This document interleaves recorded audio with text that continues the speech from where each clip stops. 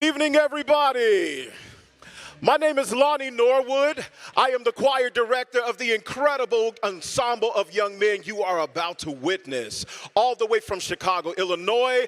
For your listening and viewing pleasures, please help me welcome America's Got Talent finalist, the world-renowned Leo High School Choir.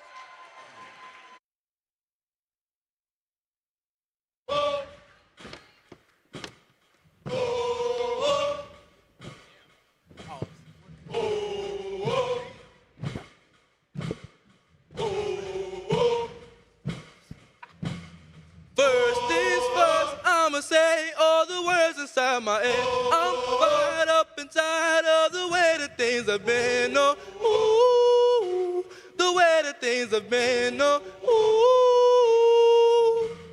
Second things second, don't you tell me what you think that I can be. I'm the one at the sail, I'm the master of my sea. Oh, ooh, the master of my sea. Oh, ooh. I was broken from a young age, taking my soul into the masses, writing my poems for the few. They looked at me, took me, shaking me, feeling me, singing from heartache, from the pain, taking my message from the veins, speaking my lesson from the brain, seeing the beauty through the pain. You make me a believer, believer. Hey, you break me down, you build me up, believer. Believer, hey, oh let the bullets fly, oh let them rain. My life, my love, my driving came from pain. You make me a believer, believer. Last things last, by the grace of the fire and the flames. You're the face of the future, the blood in my veins. Oh, the blood in my veins. Oh, but they never did, ever lived, ever did flowing and limited, limited, till it broke up and it rained down. It rained down like, hey, you make me a believer, believer. Hey, you break me down, you build me up, believer, believer. Hey, oh let the bullets fly, oh let them rain. My life, my love, my driving came from, hey, hey, you make me a believer, believer. Oh.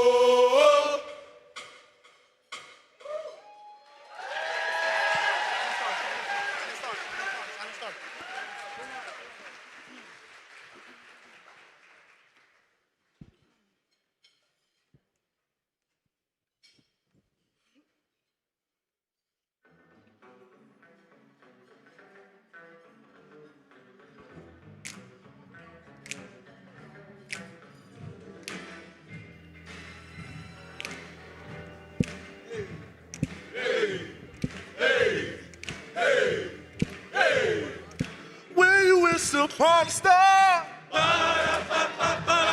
your dreams will take you very far.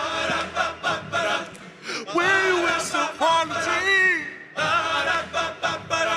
life ain't always what it seems to you. What you feel nice so clear, it was got so very dear. You're a shining star. No matter who you are, shining bright to see what you can truly be, what you can truly be. Hey, hey.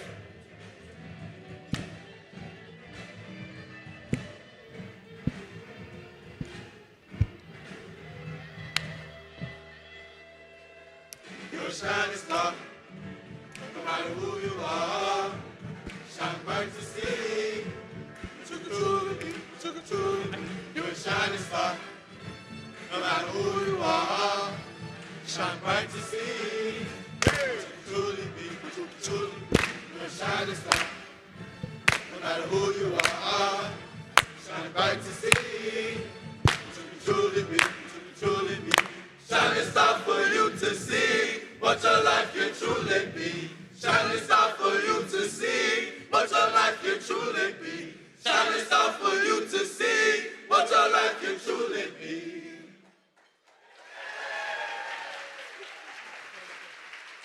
Before I let go, times.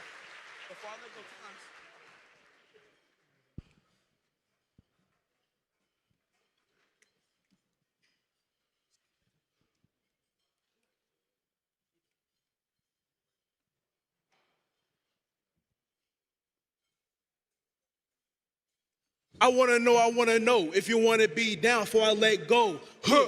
Come on. I wanna know if you wanna be down before I let go. Huh.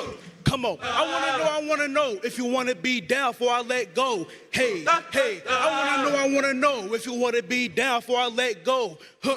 Come on. Okay. Come on. One time. Hey. Give me some. Come on. Hey.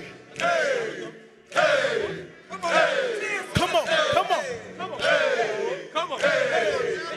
Before I let go.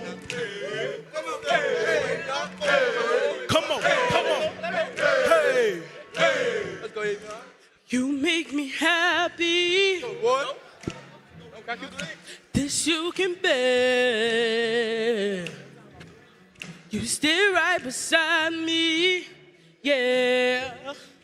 And I won't forget. Yes, I won't forget. And I really love you. You should know. I wanna make sure I'm right. Ooh, before I let go. Now we had a good times. That's what they say. We hurting each other, yeah. And girl, that's the same. And I won't be foolish. No, I wanna know. I wanna make sure I'm right, girl, before I let go. You know I think the sun rises and shines on you, on you. You know there's nothing I would not do. Oh, before I let you go. Come on. Hey. No, I would never let you go. Never. Before I let Come go. on. Hey.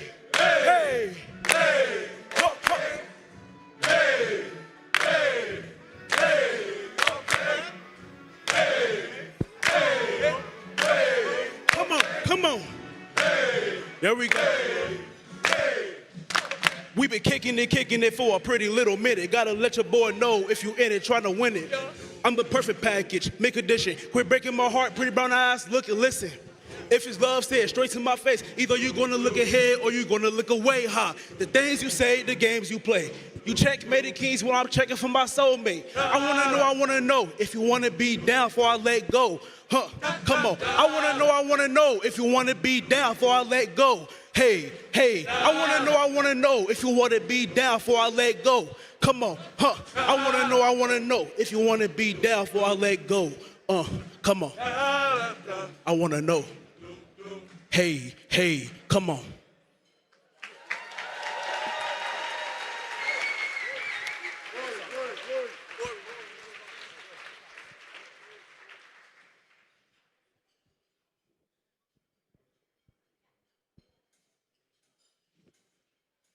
One day, when the glory comes, it'll be yours, it'll be yours. Whoa, one day, when the war is won, we will be sure, we will be sure. Whoa, glory. Glory.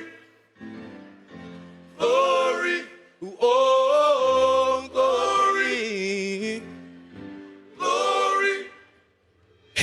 to the heavens. No man, no weapon. Formed against, yes, glory is destined. Every day, women and men become legends. Since they go against our skin, become blessings. The movement is a rhythm to us. Freedom is like religion to us.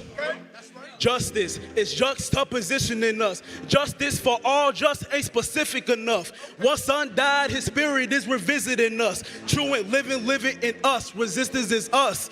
That's why Rosa sat on the bus. That's why we walk through Ferguson with our hands up. When it go down, we women and man up. They say stay down, and we stand up. Shots, we on the ground. The camera panned up. King pointed to the mountaintop, and we ran up. One day, when the glory comes, it will be ours, it will be ours. Whoa, one day, when the war has won, we will be sure, we will be sure. Oh, glory. Glory. Glory. Oh, Glory. glory. Glory. Now the war is not over, and victory isn't won, but we'll fight on till we're finished, and then when it's all done, we'll cry Glory. Glory. yeah, Glory. yeah. Glory. Now the war is not over. Victory isn't won. But we'll fight on till we finish. And then when it's all done. We'll cry glory, Glory. oh glory, Glory. yeah. Glory. When the war is won, Glory. when it's all said and done, Glory. we'll cry glory, Glory. yeah, Glory. yeah. Glory. When the war is won, Glory. when it's all said and done, Glory. we'll cry glory, Glory. yeah.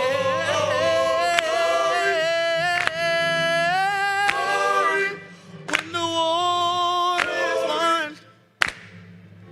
Glory.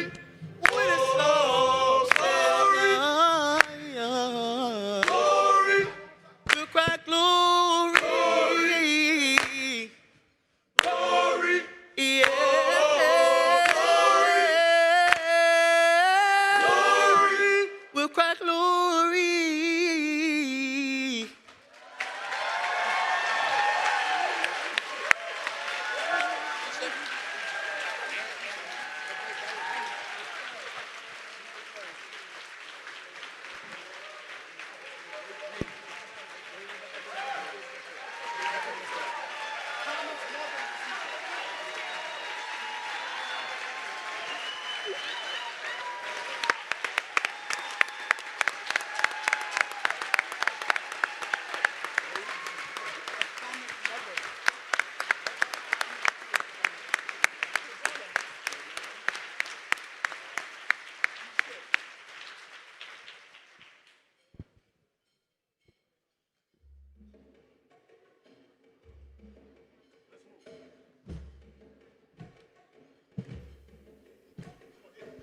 Iṣẹ́ Olúwa kò lè bàjẹ́ o. Iṣẹ́ Olúwa kò lè bàjẹ́ o. Iṣẹ́ Olúwa kò lè bàjẹ́ o. Iṣẹ́ Olúwa. Iṣẹ́ Olúwa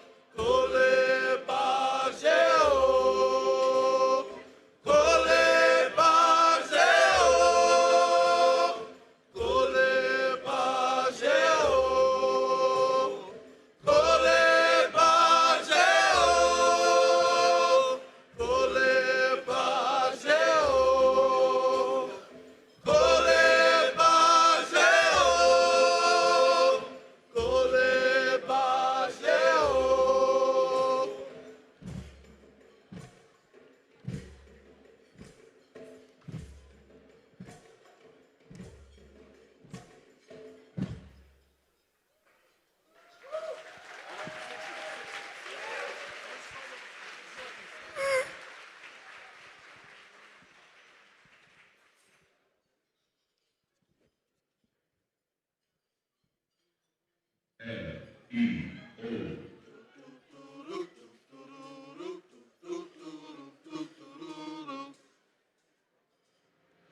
go! Hey, yeah, y'all. Oh, hey, yeah. Hey, yeah, y'all. Oh, hey, yeah. Hey, yeah, y'all. Oh, hey, yeah. Hey, yeah, y'all. Remember me for centuries. Mummify my teenage dreams. No, it's nothing wrong with me. The kids are all wrong. The stories all off. Heavy metal broke my Heart, come on. and let me in. The feelings are in mine like my fingertips, and it's supposed to match the darkness that you felt. I never meant for you to fix yourself. Some legends are told, some turn to dust or to gold, but you will remember me. Remember me for centuries. And just one mistake is all it will take. We'll go down in history. Remember me for centuries. We've been here forever, and here's the frozen proof. I can scream forever. We are the rebel youth.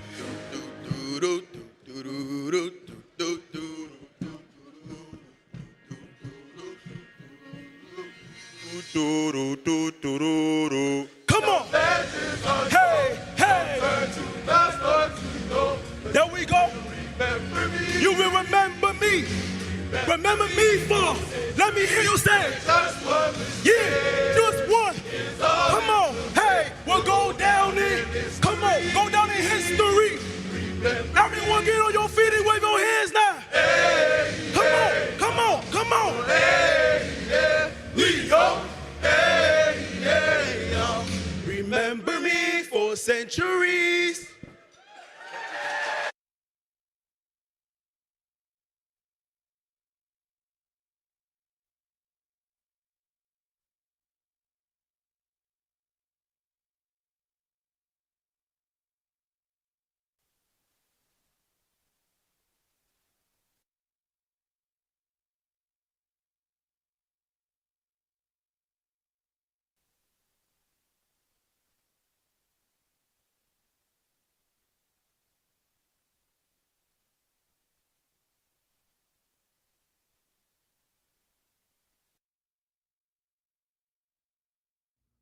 We're going through one of the most empowering moments in the history of humankind. Is it scary? The truth is, danger and opportunity are opposite sides of the same coin. Either way, there's no denying a grand act of fusion is in progress.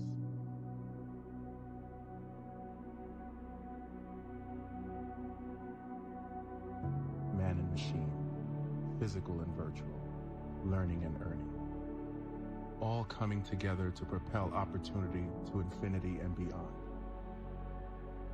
A compression of the physical, digital, and biological so mind-blowing it's hard to fathom. It's the arc of learning bent back on itself until origin and outcome are indistinguishable. Of course it's scary, but it's not coming for us, as the common refrain has it. It's coming at our behest, on our behalf. What it will enable us to do is unquantifiable and heretofore unimaginable. Every new generation, starting with this one, leveraging the collected knowledge of every generation that came before it in real time. The sea of data we've had to navigate instantly distilled into a steady stream of opportunity.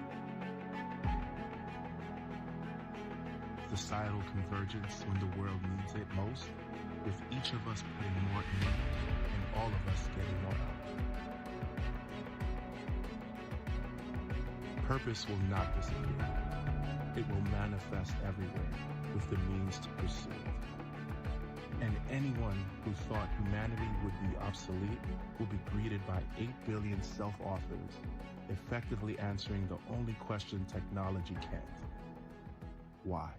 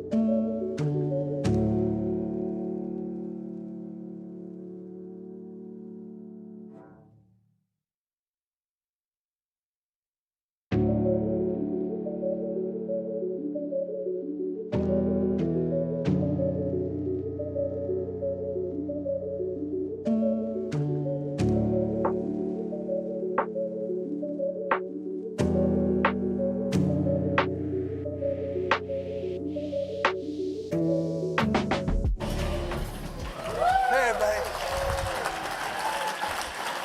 Welcome.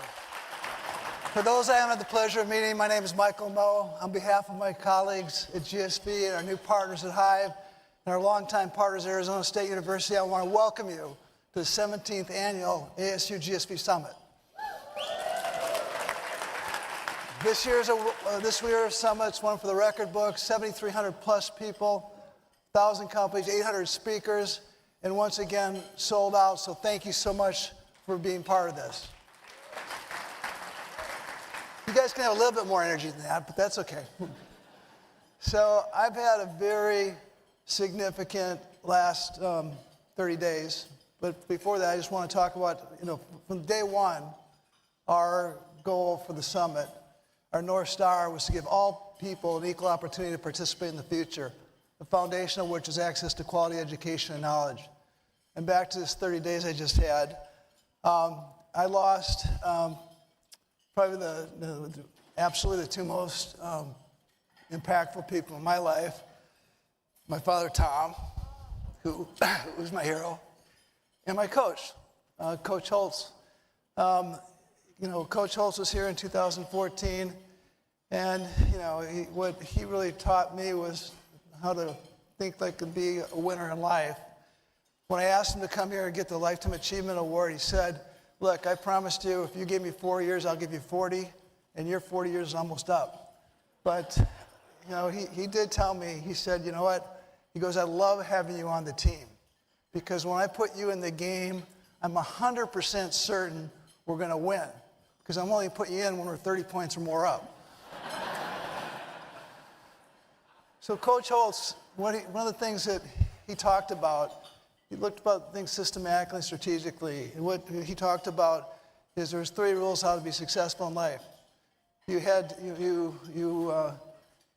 your best, you do what's right, and you show people you care. And he showed people he cared, and people showed that he cared. When he had his funeral a couple weeks back in South Bend, it was in the middle of a blizzard. Not only was the cathedral packed, but all the street in South Bend, from the basilica all the way to the football stadium, was lined with people in the middle of a blizzard. It was unbelievable. But what both Coach Holtz and my dad showed me, it was not just about success. They're both successful. It was about significance.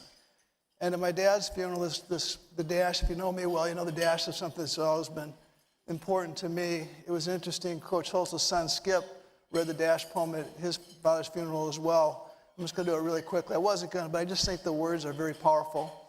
I read of a man who stood to speak at a funeral of a friend. He referred to the dates of the tombstone from the beginning to the end. He noted that the first came the date of birth and spoke of the following date with tears, but said what mattered most was all the dash between those years. For that dash represents all the time they spent alive on earth, and now only those who love them know what that little line is worth. For it matters not how much we own, the cars, the house, the cash.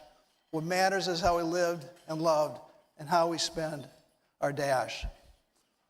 And so it is all about the dash. And success is great, but it's really about significance. So here are some of the most successful people that you've never heard of. So the first, Hetty Green, they called her the Witch of Wall Street. She was one of the wealthiest women in the world, but despite that, she was so mean, she wouldn't even pay for her own son's medical care. Crassus was the wealthiest person in the Roman Empire, and I promise you've never heard of him. You've heard of Julius Caesar, you've heard of Cassius, you've heard of Nero, you've never heard of Crassus, but he was the wealthiest person in the whole Roman Empire, which ruled the world at one point. Croesus was the wealthiest person in the world, and you haven't heard of him, and he was the wealthiest person until Cyrus the Great conquered him. But all you know about Croesus is they have the phrase, "What rich is Croesus," but nobody knows where that came from. Well, it came from him. So here's the most significant people. You go to ChatGPT and you just say, who are the most significant people that ever lived of all time? So it comes back, Jesus, Confucius, Muhammad. What's interesting about all three is they're all teachers. This is Alfred Nobel. On April 15th, 1888, he opened up the newspaper and read about his own death. Obviously, it was premature. And the headline was, "The Merchant of Death is Dead." Alfred Nobel had discovered dynamite. And that's how he got wealthy. So he decided for the rest of his life he was going to be about significance and created the Nobel Prize. Some of you who've come to the summit over the years have seen Michael Milken speak here. He's certainly somebody who is a hero of mine. But in the 1980s, he was the original master of the universe. He was making hundreds of $millions a year. In fact, that's one of the reasons I think he went to jail, because nobody could believe he could make $100 million a year, or $850 million actually, legally, but he did. So he went to jail, and when he came out of jail, he said, "I'm going to take my time, my ability, I'm going to apply it to the two things I think matter the most, and that's healthcare and education." So he started Knowledge Universe, which has done many, many things many people are familiar with. He also, in healthcare, he was so successful with faster cures. Fortune wrote an article about him saying the man who changed medicine. He basically reimagined, re-architected the whole healthcare system. Now, if you go to Washington, D.C., they just opened up the Milken Center for Advancing the American Dream, which, by the way, is all about education. It's educating what the American Dream is about and how you reach it. So big ideas don't always find a receptive audience, particularly in education. This is Socrates. Socrates taught Plato and Aristotle, and he killed them.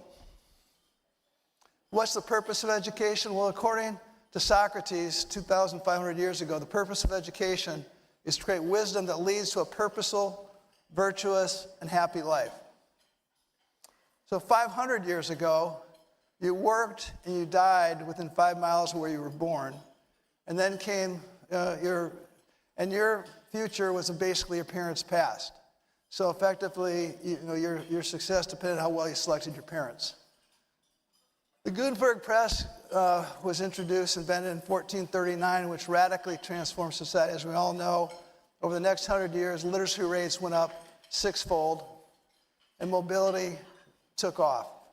Social mobility, economic mobility, geographic mobility, and that was the world that became that one disruptive technology. This is Horace Mann, who in 1837 reimagined and really invented the universal public education system. And when we talk about invented, what he did was a lot of innovation, a lot of inventors do.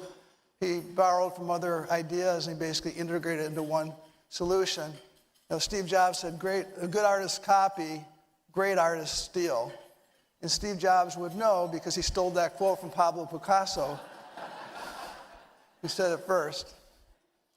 But what man took, he looked what's going on in the Prussian public education system with John Locke and the Enlightenment, where education is a right, Protestant Reformation, morals and citizenry. This came out of an agrarian economy. At the time, you were seeing this shift taking place, but still, nearly half of workers were still farm-related. We had this new era that was the industrial economy that was changing everything. So he put that all in a mix, and here came the common schoolhouse, which is which is his creation. What was the purpose education that he set out when he created this? Same purpose that Socrates had 2,000 years before. The purpose of education is to create wisdom that leads to purposeful, virtuous, and happy life. And additional things that he tried to incorporate was to prepare people for this industrial economy with reading, writing, and arithmetic, plus the additional bonus, narrow the gap between the haves and have-nots. And for a while, it worked, until it didn't. In 1960, the U.S. public education system was the envy of the world, primarily through the access that had been created. The world changed just a tad since man's original design. In technology, we obviously have the telephone, automobile, airplane, PC, cell phone, the internet, cloud computing, smartphone, generative AI, just to name a few disruptive technologies that happened in that time period that the original education system was designed. And we also went through these different areas from the industrial economy to the information economy, the knowledge economy, where what you knew your education made the difference for an individual, company, and for that matter, a country, to this new era that we're entering, the AI economy. But also back to this issue between the haves and have-nots, despite what the intent was, actually the inequality gap is the greatest that it's ever been. This is Thomas Piketty's formula. Basically, when the rate of capital is higher than the rate of economic growth, the rich are getting richer. So just to make a comparison, thinking about system design and re-architecting something, you say, if you look at the purpose of transportation, what's the purpose of transportation? To get from point A to point B as fast and as safe and inexpensively as possible. So what that looked like in 1850 was the horse and buggy, right? That was the transportation of the day. By 1908, you had the Model T. Henry Ford said, if I asked people what they wanted, they'd have said faster horses. Waymo in 2025 looks like this. What's coming, the car of the future, doesn't have a steering wheel, doesn't have mirrors because you don't need it. It basically looks like a pod. And by the end of this year in Dubai, you're going to have flying taxis. The point being, the goal, the purpose of transportation hasn't changed, but technology and society's needs have changed. So here's the schoolhouse that man was part of designing. Here's the schoolhouse today. So despite all the technology and all the changes that have gone on in the economies and the needs, just haven't seen the changes that you'd expect. Ernest Hemingway said, how do you go bankrupt? 2 ways, gradually, then suddenly. And I think we're at that inflection point. Right now, you have 4 in 10 fourth graders read below grade level. 4 in 10 fourth graders are proficient in math. High school graduation rates, the good news, all-time high of 87%. The bad news, less than a third of high school graduates are proficient in reading and math. Look at spending, it continues to grow. We're spending now on average across the United States, over $20,000 per pupil. In New York City, it's $42,000. And so just to do some simple math and thinking about that for a second. So if you have 20 students in a classroom at $40,000 a student, that's $800,000 per classroom. If a teacher made $80,000, and usually when I say that, people laugh because teachers don't, on average, make that much, not even in New York City. And then you throw in technology and books and other things, so let's say that's another $80,000. I mean, where's the $640,000 go? And the answer is it gets consumed by the bureaucracy. So you can't think of another service industry that exists in the world where over 50 cents of every dollar is spent outside of where the service is being rendered unless the government supports it. So the first charter school happened in Minnesota in 1991. That was meant to be an answer to some of these issues, to how to unlock some potential through getting rid of some of the regulations and some of the governance that went in place. In Minnesota, it seems to be where all the crazy ideas get started. Just kidding, I'm from Minnesota originally, so I can say that. Steve Jobs said most overnight success take a hell of a long time, and this movement, the school choice movement, sure has, but it's amazing what's going on. Today, you got 82% of Republicans support school choice and 68% of Democrats. Universal ESAs, nearly 75% for both parties. Charter schools, again, about 3 in 4 adults support charter schools. In a country where we can't even agree what day of the week it is, the fact that we have 3/4 of the population that wants these changes, I think is a really strong sign.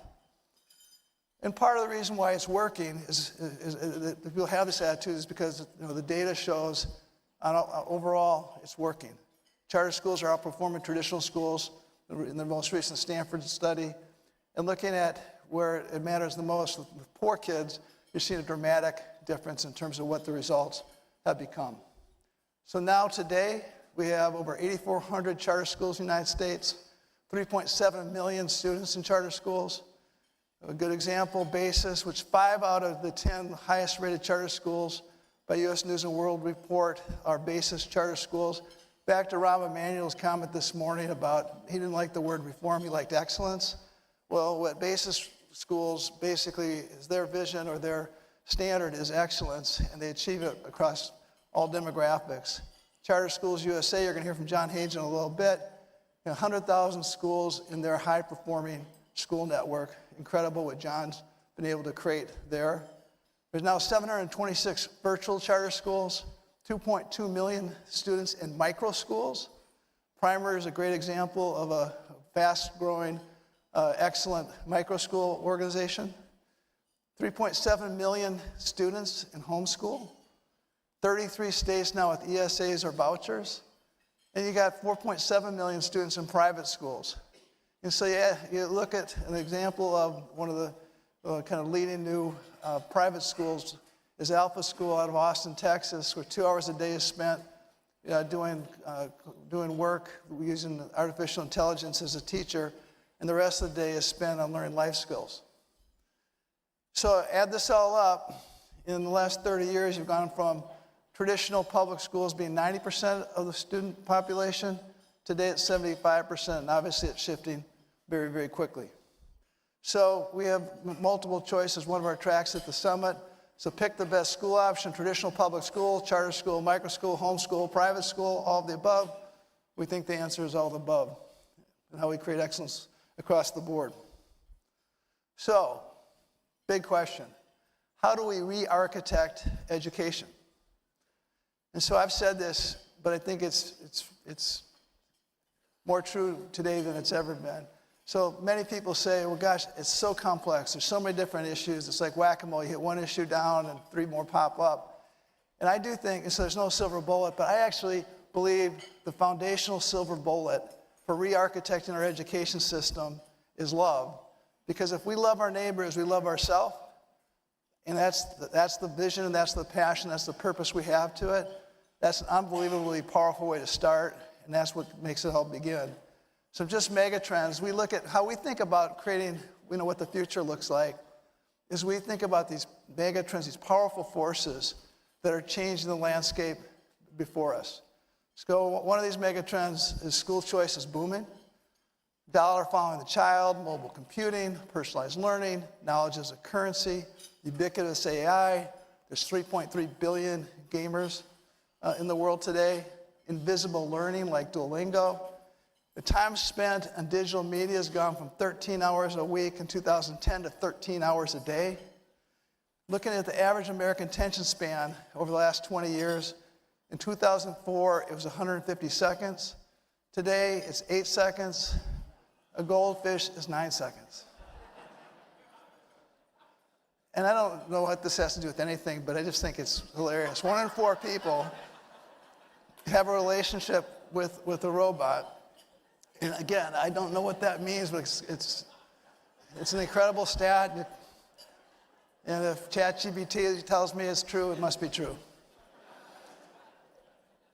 So the title and the focus of the summit, we call it the power of fusion, because we do think there's mega trends, but then there's these kind of even more powerful forces that are going on, these convergence of these forces that are creating both tailwinds but opportunities that heretofore we've never seen.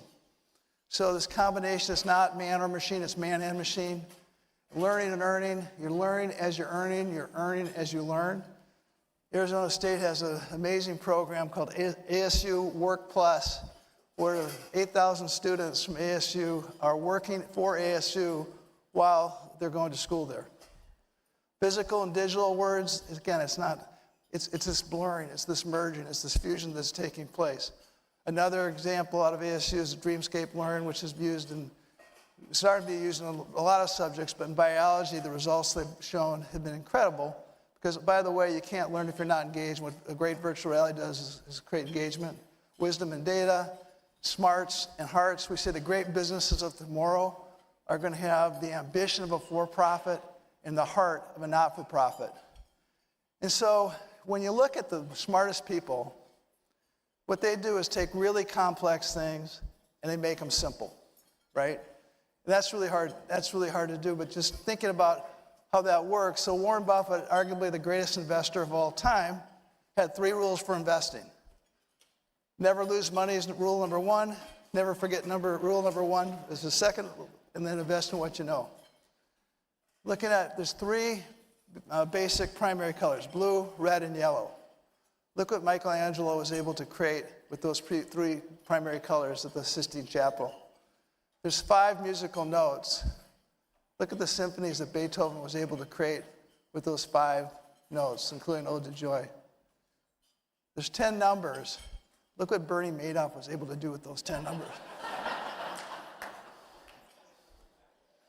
So looking at the system we came from to the system that I believe can be created, we go from school being a place to the new school being a platform to connect into.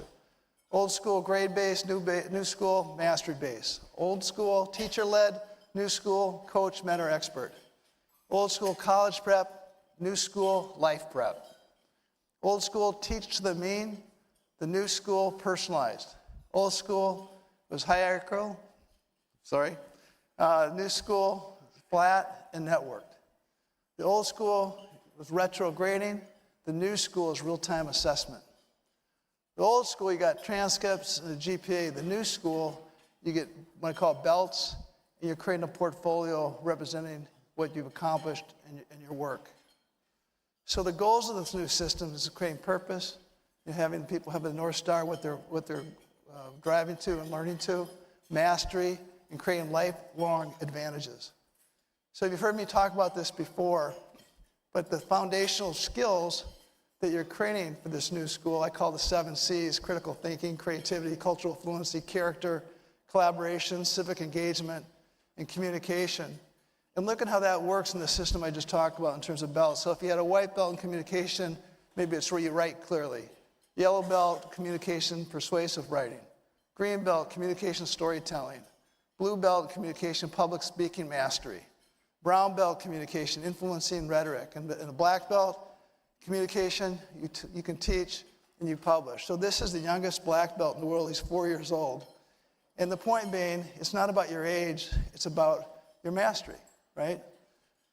You know, again, by the way, AI is incorporated in all this. I don't even like to talk about AI because it's so ubiquitous and visible, and that's the way I think increasingly, don't talk about the internet, it's everywhere. Well, that's what AI is. So this new learning dashboard was able to track your belt progress, the skills that you have, your projects, your interest, and we call it your encoded purpose. Looking at this AI companion that is 24/7 and doesn't complain, doesn't get tired of the questions you ask, doesn't get tired of what you're trying to accomplish. You have your tutor, you got your coach, you got your research assistant, and you got your study buddy. Their learning portfolio that you're representing, basically who you are and what you know and what you're capable of. It's public facing. You have a body of work like a GitHub, what your achievements are, and your growth and your growth objectives. So looking at this redesign, of an education system. You can't solve the K-12 problems until you solve the 0 to 5 problems. You think again that some of these changes have taken place just even in the last 50 years. In 1950, 1 in 7 mothers with kids under 5 worked. Today, 2 in 3 mothers work. If you look at the word gap between poor and wealthy students coming from poor, wealthy households, there's a 30 million word gap between the time a kid is born until when they enter kindergarten.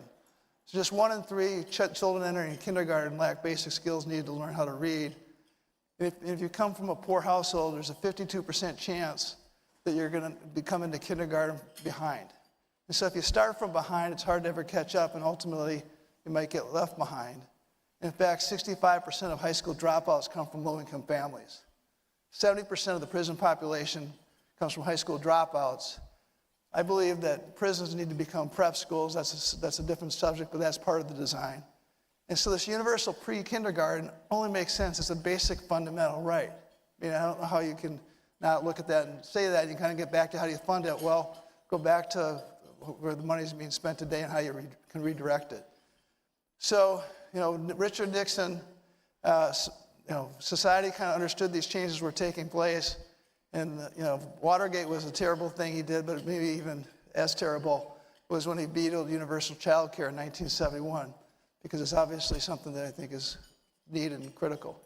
Richard Heckman, the Nobel laureate economist, showed how $1 invested in high-quality early childhood returned over $7 over time. And so this new model combines AI, which is in the background but embedded in everything, with some of the great aspects of Montessori, which has proven to be a very effective model over time. Looking to this redesign, historically, the success algorithm was the more education you had, the more money you made. Right? That's been a consistency forever. And as a country, the greater education attainment a country had, the greater GDP per capita. President Obama talked about college for all because he understood this economic reality that historically had taken place with getting more school and going to college. And not coincidentally, higher education has been an unbelievable growth market with 250 million students in higher education today, projected to be 380 million by 2030, which I think is going to be a vulnerable number. The cost of tuition has increased 3x inflation during that period of time. And the half-life for skills has gone from 30 years in 1980 to 5 years today. And for technical skills, it's 2.5 years. You got 42 million people with student debt reaching $1.8 trillion. And in 2021, we've seen a trend that is absolutely stunning, where college graduates' starting salaries have fallen off a cliff. And so, is college worth it? In 2011, 86% of college graduates said it was worth it. By 2023, it was 42%. Last year, just 33%. In India, 67% of college graduates 20 to 29 years old are unemployed. And you look, that's not unique to India. That's a trend you're seeing around the world that exists in China. Where it doesn't exist is Europe because they have the apprenticeships and so forth. But it's a trend that's taking place that really is starting to question what is the ROI on college education, certainly the way it's currently structured. The Flutie effect, we're going to talk about college sports a little bit later tonight. But this was an economic gathering. It was economically viable to have a college sport program because it made money for the university. It also had the added benefit of being able to market for students, as well as winning teams got more alumni money. Nick Saban, it's been calculated that his impact at University of Alabama was $650 million per year when he was the coach. So we have a panel later tonight. We got a bunch of programs in the next couple of days. We have a private program Wednesday morning about the future of college sports. So we'll save that for later. But again, I think it all is part of this new dynamic that we're living in. And so we talk about the university, higher education going from a place to a platform. We talk about putting the community back into college. You look at these different constituencies that are all part of this new program that we're in. And it's not just for the 4 years, the time that you're in college, it's on a lifelong basis. and how AI integrates into this new community for learners through the fusion concept that we talked about earlier. And this new higher ed stack, it becomes effectively all integrated into one seamless experience. So the University of the Future, it looks like Spotify from a standpoint of moving the record label or the record label being less relevant. It looks like Reddit for highly engaged communities, micro-communities. TikTok with quick videos, quick ways to acquire information. It looks like Netflix going from a transaction to subscription. It looks like integrating the ChatGPT with the YouTube for having the greatest university in your pocket. And learning by exploring. See, a lot of people, you learn the most as you go see other places and things. So there's concepts out there, Barrett Scholars, Chris Whittle's new ventures, killing it. Minerva, Ben Nelson, what they've been able to do, create a new university. Next Gen Learning, we got Sam Pollock here somewhere at the conference, how he's embedding AI into the online learning experience is a game changer. So Coursera, 197 million students. We're going to hear from Andrew Ng and Greg Hart later this week. Again, all part of this new dynamic, thinking about how to redesign the system. So as I kind of wrap up, we're talking about, I haven't really talked about AI because I think it's just, it's everywhere. We say, in the AI revolution, AI is like air. It's invisible, it's ubiquitous, and you're going to need it to live. So software's eating the world, AI is its teeth, but humans decide what to eat. As my friend Bill Campbell, the coach of Silicon Valley, once said, when we have facts, we'll use facts. When we have opinions, we'll use mine. But AI eliminates friction. It manufactures time. This time dividend that we get is how we apply that. Is it for good or is it for bad? And I'm very optimistic of what we're going to see. Adam Smith's Pin Factory was about, in Wealth of Nations, talked about this by dividing labor, was able to increase productivity by 50x. And so we look at, your left brain is about computing analytics. Guess what? AI is going to win that war, right? But the right brain has judgment, emotion, creativity. And back to this man and machine fusion, we think that really is this exciting period that we're in. I call it multiplication by division. So doing what machines do uniquely well versus combined with what humans do uniquely well, we're going to have magic that's being created. The Hive enterprise, creating this collective knowledge at real time, we've been married with LLMs, moneyballing everything. The enterprise of the future, you had a workforce, you're now going to have a smart force. AI agents become the Air Force. So this time dividends times the knowledge proliferation. We're living in a time where you're going to see innovation explode in ways that you can't even imagine. You might have seen the article in the New York Times a week or so ago about the person who built a $1.8 billion revenue company just with he and his brother by using AI agents. As I'm wrapping up, look at EdTech funding. One of the things that the people talk about is we had this incredible growth from $500 million in 2010 when the summit started, the $20 billion that was reached during the pandemic. And then it's fallen steadily, so roughly $3.5 billion last year in AI funding, in EdTech funding, which still is 7 times greater than it was, in 2010. But I think part of this is like thinking about what this really means. Because the question I have is, why are LLMs not EdTech?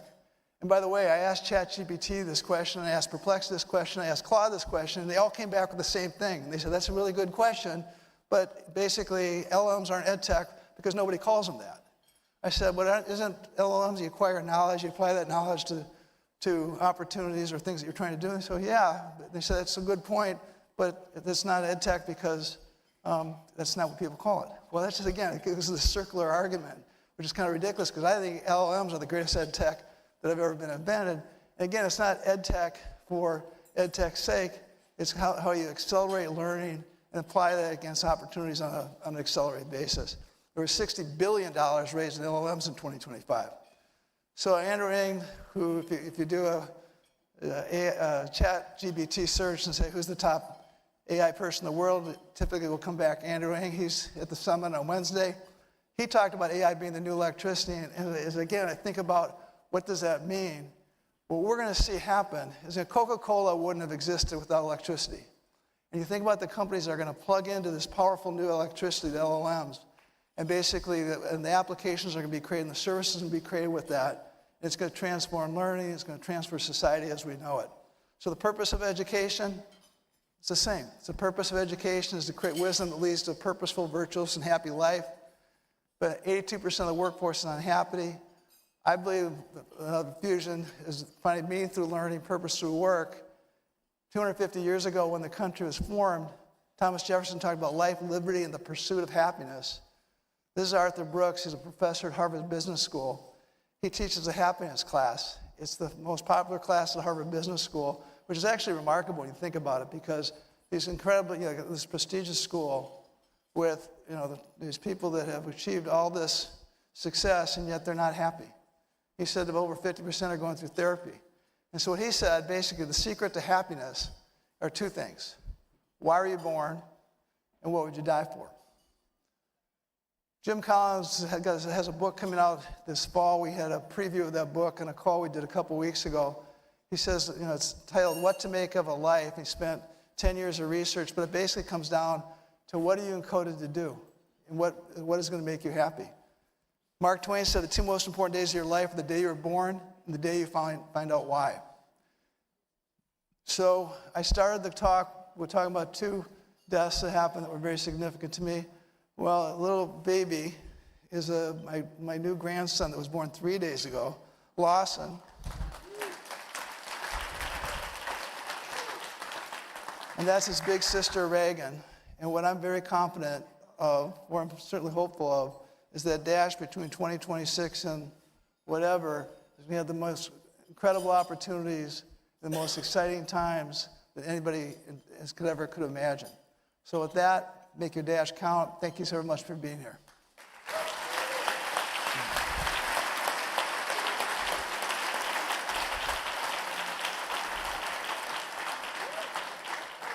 And now I got the privilege to announce something that's extremely exciting for the education industry. And that is a new initiative called Launched that is being created in partnership with a number of people, including GSV, led by John Hage, who is the founder and CEO of Charter Schools USA. I've known John, who's been a good friend of mine for 25 plus years. As I mentioned before, Charter Schools USA has 100,000 students in its network, 10,000 teachers, and great success. He's been an innovator at every single level. But the reality is that there's no difference between being too early and being wrong. Being too early is the same as being wrong. And so this idea 10 years ago wouldn't have necessarily made sense. But today, what we've got this fusion of the talent that's in this industry with the capital that's available to fund these ideas, along with the society that's dying for new ideas and a new model and to re-architect education as we know it. And so Launched is an innovation incubator platform that accelerates ideas to transform education and society. And so Victor Hugo said, there's nothing more powerful than an idea whose time has come. I believe this is the perfect time to be doing this. So with that, John Hage, please come out.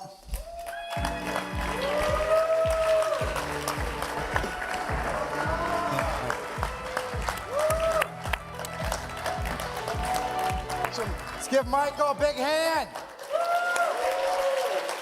Am I supposed to? Thank you very much.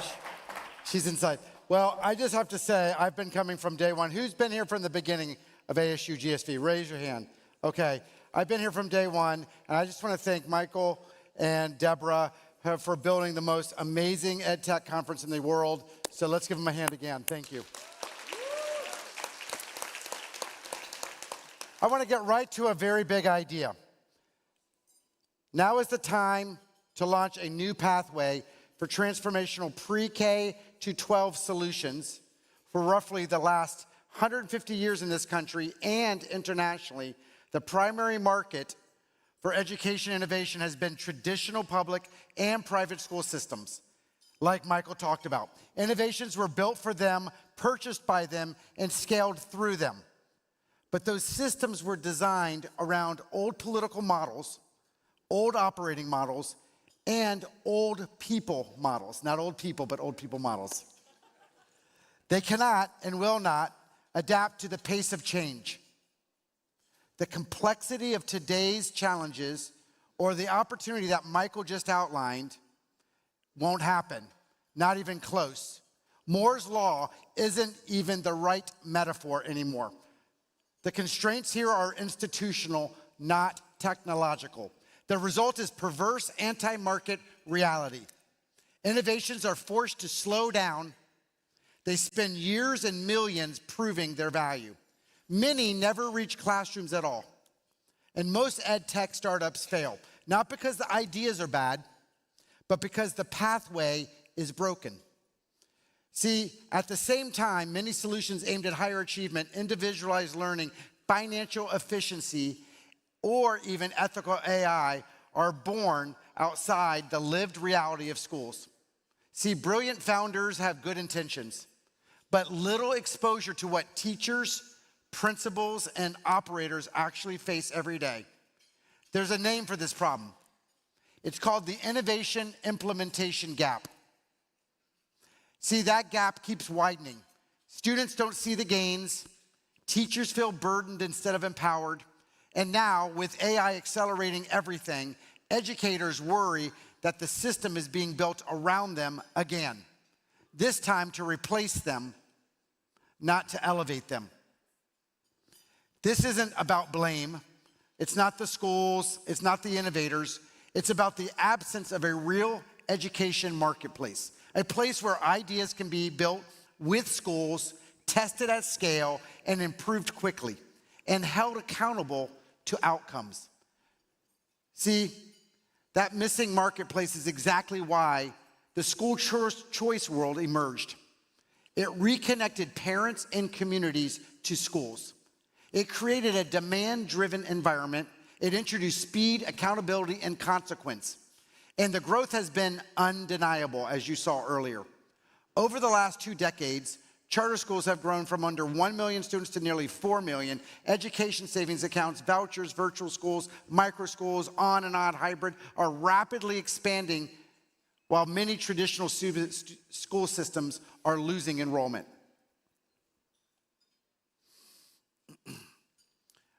I lost my way because I think it just fell because AI just lost the market there. Here we go.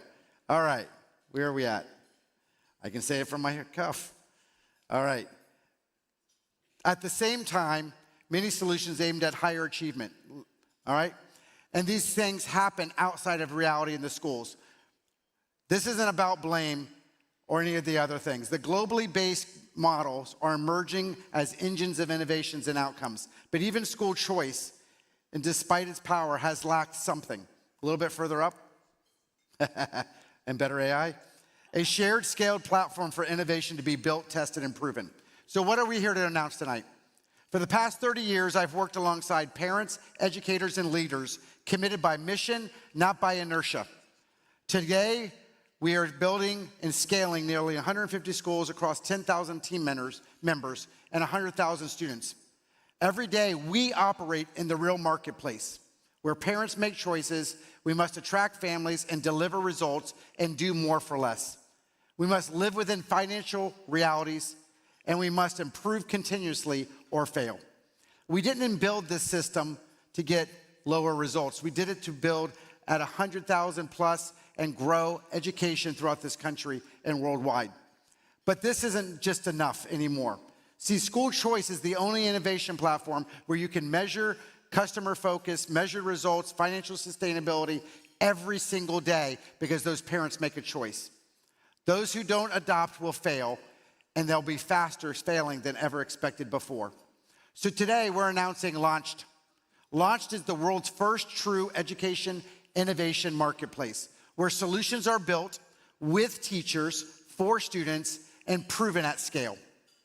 It's not a product, it's not a pilot program, it's a platform. Founders build inside real schools from day one. Teachers, leaders, and operators give continuous feedback. Everything is measured. What works scales, and Launch holds every solution to 3 non-negotiables: measurable student outcomes, positive financial impact, and a strong mind, good hearts, ensuring technology expands human agency, not replacing it. Scaling with fidelity means that LaunchEd can begin with a design for us in a sandbox where we can guarantee fidelity, transparency, and accountability. But it doesn't end there. Over time, Launch will expand throughout trusted partners throughout the world, high-performing charters, innovative public schools, private schools at market speed. Expansion will be selective and invitation only, and earned, because scale without standards isn't innovation, it's dilution. Here's the invitation. Launch is not for everyone. It's for true builders who want proof, investors who value evidence, and operators who care about outcomes. We are here to play the next revolutionary role, to be the spearhead of the entire pre-K-12 marketplace, and to leverage the battlefield for the benefit of all students and families. It's for students, it's for the future, so please join us. Take the QR code tonight and be a part of Launched and see how the future can be changed. Thank you very much.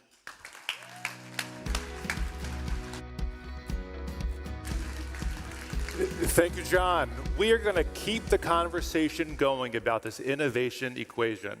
I think I had some notes. Can we get them up? Wonderful. So as we talk about the innovation equation, we are going to talk about it not just with AI replacing jobs, but with AI creating new pathways to opportunity. In fact, by 2030, 375 million jobs are going to be impacted by AI. And who better to talk about that than Jim Shelton of Blue Meridian? Jim's now managing billions of dollars, deploying it against that exact cause. How do we create new pathways to opportunity in the age of AI? So with that, let's welcome Jim Shelton.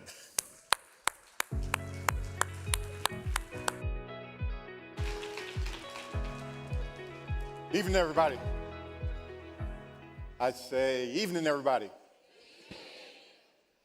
I have to say, John asked who's been here since the beginning. I haven't been here since the beginning, but he's here at the beginning. And it's kind of a full circle moment for me, I have to say. I've seen all day people I love, people I respect. It's made me reflect back on things that I'm proud of that we've gotten done, that people have gotten done. You've seen the arc of the work that Michael talked about. But if I'm really honest, I also have to confess that it's one of these times when I think about all that we've done and also what we haven't gotten done. I asked the question, how much better off are our kids? I ask, how much better is our country and the path to opportunity? Now, they let me speak. I got to tell you, sometimes I'll be kind of a downer. So let me explain 2 things about me. 3, I guess. 1, I'm the CEO of an organization called Blue Meridian Partners. We are an organization that is fundamentally built on the idea of hope. Hope invested in the meaning of things that we bring philanthropists together because we know that there are solutions to the things that actually propel economic mobility. We find them, we fund them, and we take them to scale. And in that context, we're able to change people's lives. The second thing, though, is that I'm a believer. I'm a believer in things like life, liberty, and the pursuit of happiness, and liberty and actually justice for all. That this country was built to actually fulfill those promises. The third thing is that I'm a Marvel fan, like the Marvel Universe. And that'll be important because anybody who's a Marvel fan, are there any Marvel fans in here? Okay. I'm sorry for the rest of you guys. But if you are a Marvel fan, you know one thing. There's one part in the movie where it gets really, really dark. It looks like they can't come back. T'Challa goes off the waterfall, and you're not sure what's going to happen next. 50% of the people in the universe disappear, and you're not clear what's going to happen next. The reality is that in order to get to the place where you can solve the big problem, when you can tell the hero story, you have to go through that valley. came up a second ago where we talked about Jim Collins.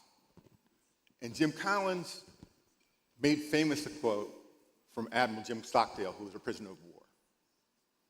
It goes, "You must never confuse faith that you will prevail in the end, which you can never afford to lose, with the discipline to confront the most brutal facts of your current reality, whatever they might be." So in order for us to talk about opportunity in the age of AI, I think we have to face what the brutal facts, what the reality might be. So let me describe a scenario for you. Just use your imagination for a second. Imagine 1 in 4 Americans out of work, 1 in 3 households without a wage earner. Imagine 80% of home building stopping. Imagine half of banks foreclosing behind mortgages collapsing. Imagine many, many Americans burning through their savings or losing them altogether. This is not some dystopian future that I'm projecting for 2032. This was America in 1932. That is what the Great Depression actually looked like. And the question was, what do you do coming out of that? We now are seeing the front end of AI. We got a little scared by what happened on the softness of new hires. And then all of a sudden, we've seen companies that were actually doing well let go of large numbers of people. These are scary thoughts. And yet, I have to tell you, people are missing the point. The AI phenomenon is actually an accelerant. It's throwing gas on a fire that already existed. It was recently said that, you see the quote, "The massive wealth created over the past several generations flowed mostly to people who already own financial assets." Note that says generations, to people who already own financial assets. Now AI threatens to repeat that pattern at a different scale. Now, why would this person say that?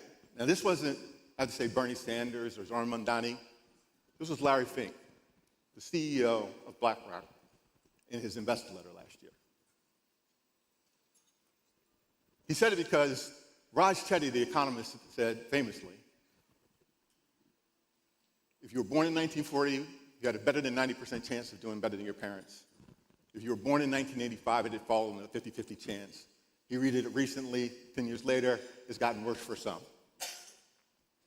What he didn't put it together with is the cost of thriving. The basic bundle of food and housing and transportation and education. The median male in 1980, it took them 40 weeks to earn enough to cover the basic bundle. That leaves you 12 weeks roughly to save, take vacations, go out to dinner, all the things in many ways that people think about to make life living. In 2022, it took 62 weeks. If you were a woman-led household or a black and brown household, you were underwater a long time ago. So the system, the problem that we've been facing has been building for a long time, and now I fear we may be out of time. You're like, when are we going to get to the other part of the hero's journey? Here's the good news. We know a lot about what needs to happen. An incredible amount of what needs to happen. Because people here in this room are in education, you know that the reality is that context drives opportunity. If you're at the individual student level, the environment you create, the relationship you have, the experience you provide that student creates the opportunity for something to happen, for them to achieve, for them to thrive, for them to reach their full potential. The thing that's interesting about this is that actually scales to any scale. It's true at the classroom level. It's true at the school level. It's true at the neighborhood level. It's true at cities. It's true in the nation. When you create the context for opportunity, that is what drives. Context drives opportunity. And opportunity is what drives thriving.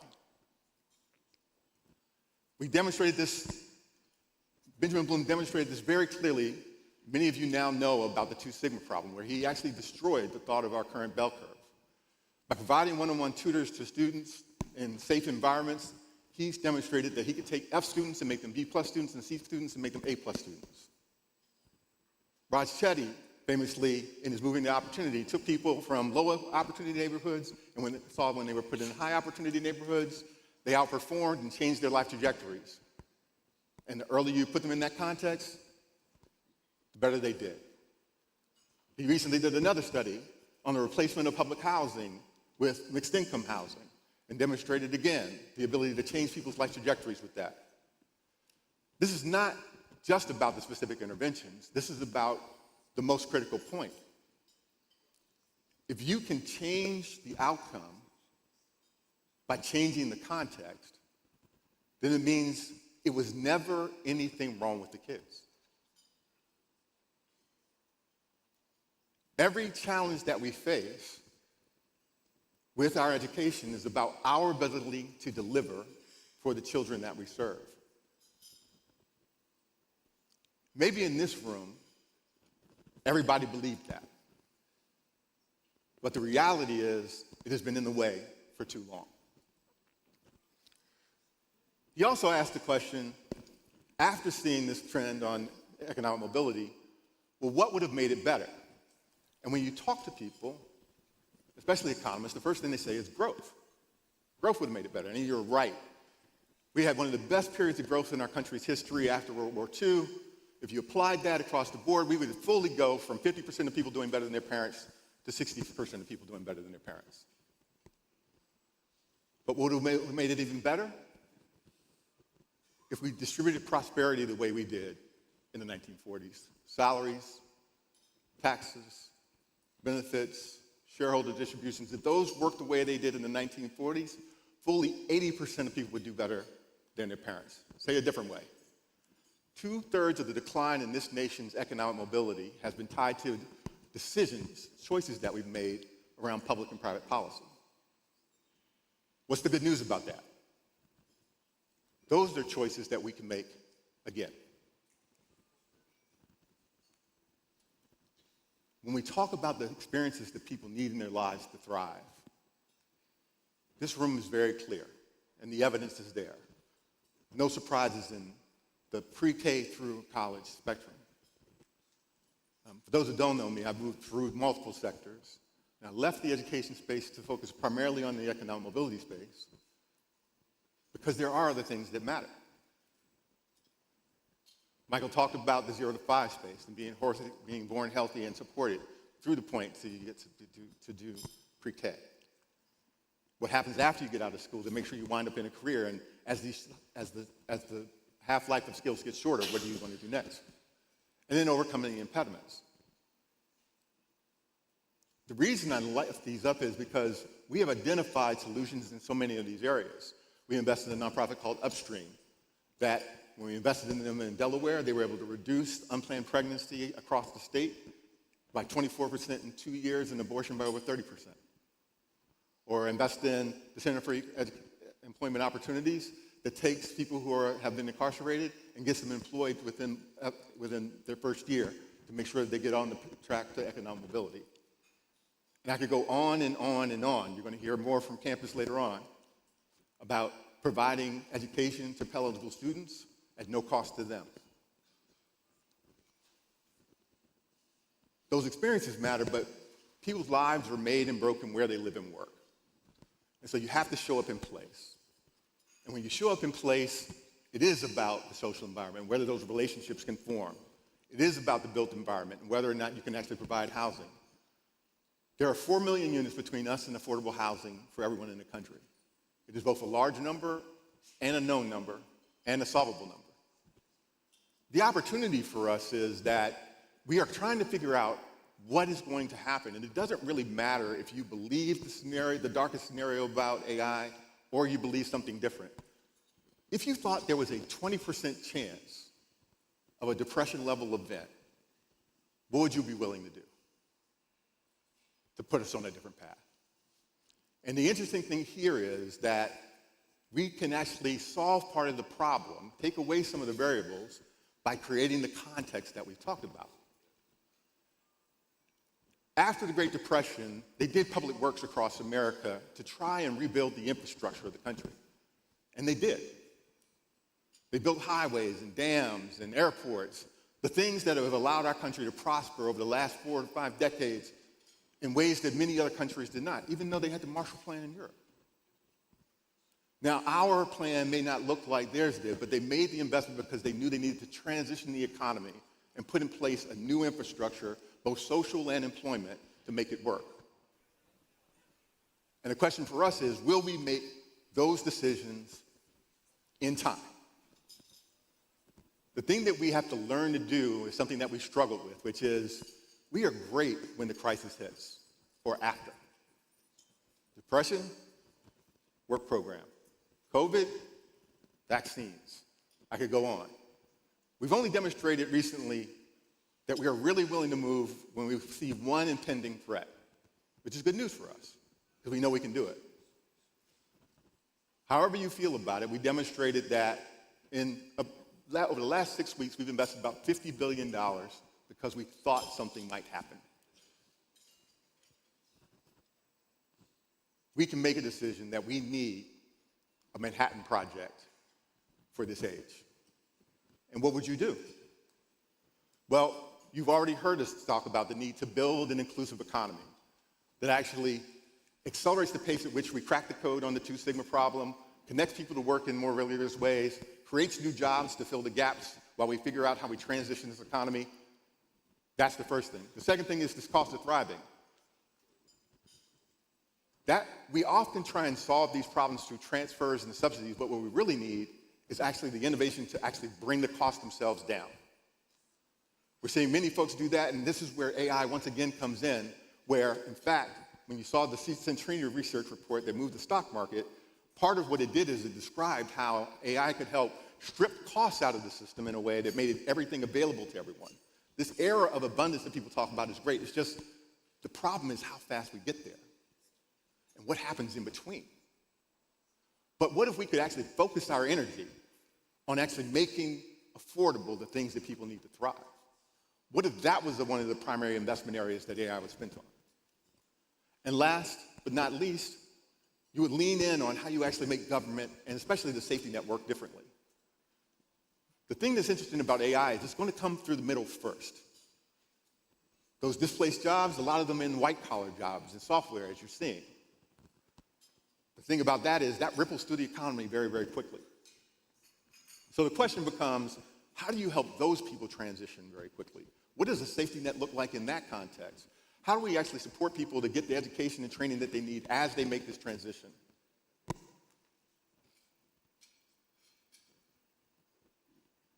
These are the choices that we have to make as a country. Now, I told you I was a Marvel fan, and I really apologize for those of you who are not. So I'm going to go to my last point here. Okay. There's a storyline in Marvel about this guy. He actually believed that the universe was overtaxed,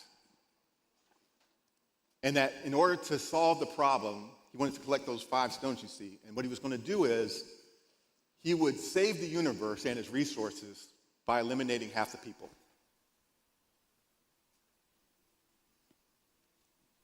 Now think about it. If you don't know, these stones are all powerful when you put them all together. You can create any reality that you like. If you can create any reality that you like, what makes you choose to get rid of half the people, as opposed to create a universe that works for all of them? I say this to you because I guarantee you we are going to be confronted with that choice. We are going to be confronted with the choice of, will we use this technology to create a society that is actually providing opportunity for all, that does lower the cost of thriving so everything is accessible to everyone, that does create bridges for people who are unemployed to get to employment, that does reshape government so that it actually is human-centered and serves everyone well. We are going to be asked, do you want to do this? Are you willing to invest in it? Are you willing to pay the cost that it takes, as long as it takes to get there? Because we don't know exactly what's going to happen. And in order for it to really work, we have to do it before the pain starts, like in a meaningful way. So I just ask you, when the choice comes, it's easy as you sit here to say, of course. But I just want you to watch the world as it turns and think about the courage it will take and the sacrifice it will take for us to live into it. And as you do, I want you to think about one other thing. The thing that motivates me is I've never been able to answer the question, which of these kids would I decide didn't deserve a shot?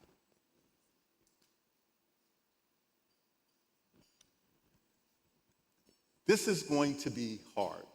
I don't know exactly how it's going to work. What I do know is that the solutions exist. Every day we're investing in great leaders and great entrepreneurs and great organizations that are solving some of the hardest problems that we believe our society has to offer. People are getting kids ready for school. People are getting people who are hard to employ employed. People are changing whole communities. Our investments in Spartanburg, South Carolina. Our folks from Dallas are going to be on stage later this week. It is possible.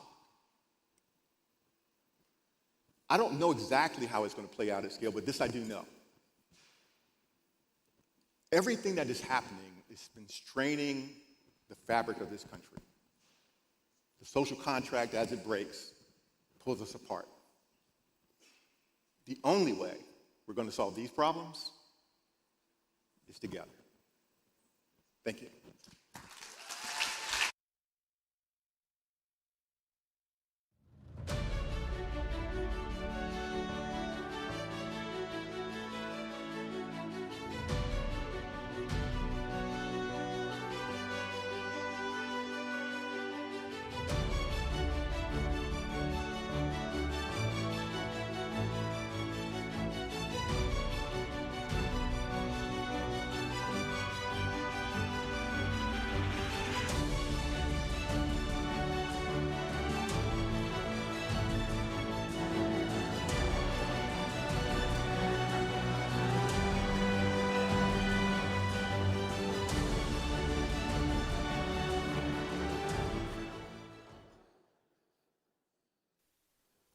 Good evening, everyone.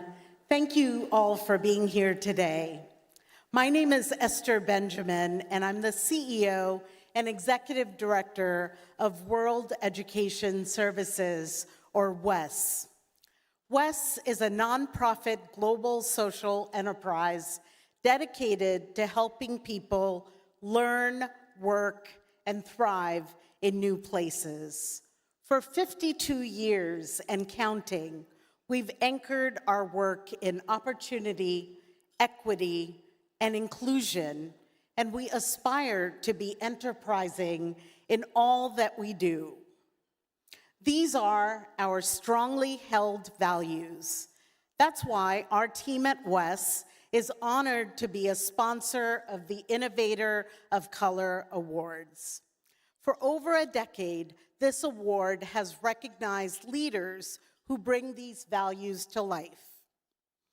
I want to take a moment to thank ASU and GSV and my fellow committee members for their ongoing commitment